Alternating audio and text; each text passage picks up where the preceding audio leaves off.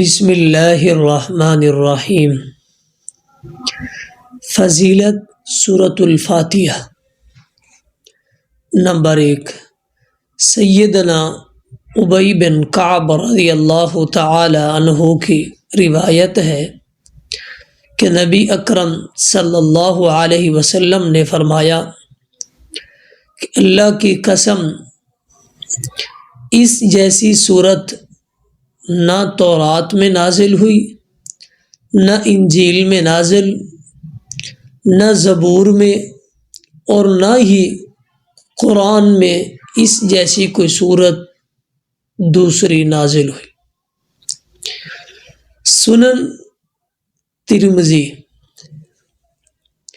Number 2، سیدنا عبداللہ بن عباس رضی اللہ تعالی عنہ فرماتے ہیں، ایک مرتبہ جبریل علیہ السلام نبی صلی اللہ علیہ وسلم کے پاس بیٹھے ہوئے تھے۔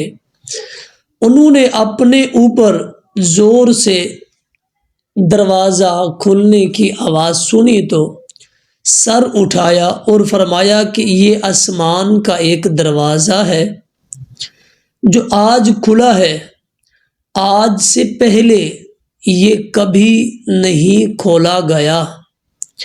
تو اس سے ایک فرشتہ اترا، پھر فرمایا یہ فرشتہ زمین پر اترا ہے جو آج سے پہلے کبھی نہیں اترا۔ اس فرشتے نے سلام کہا اور کہا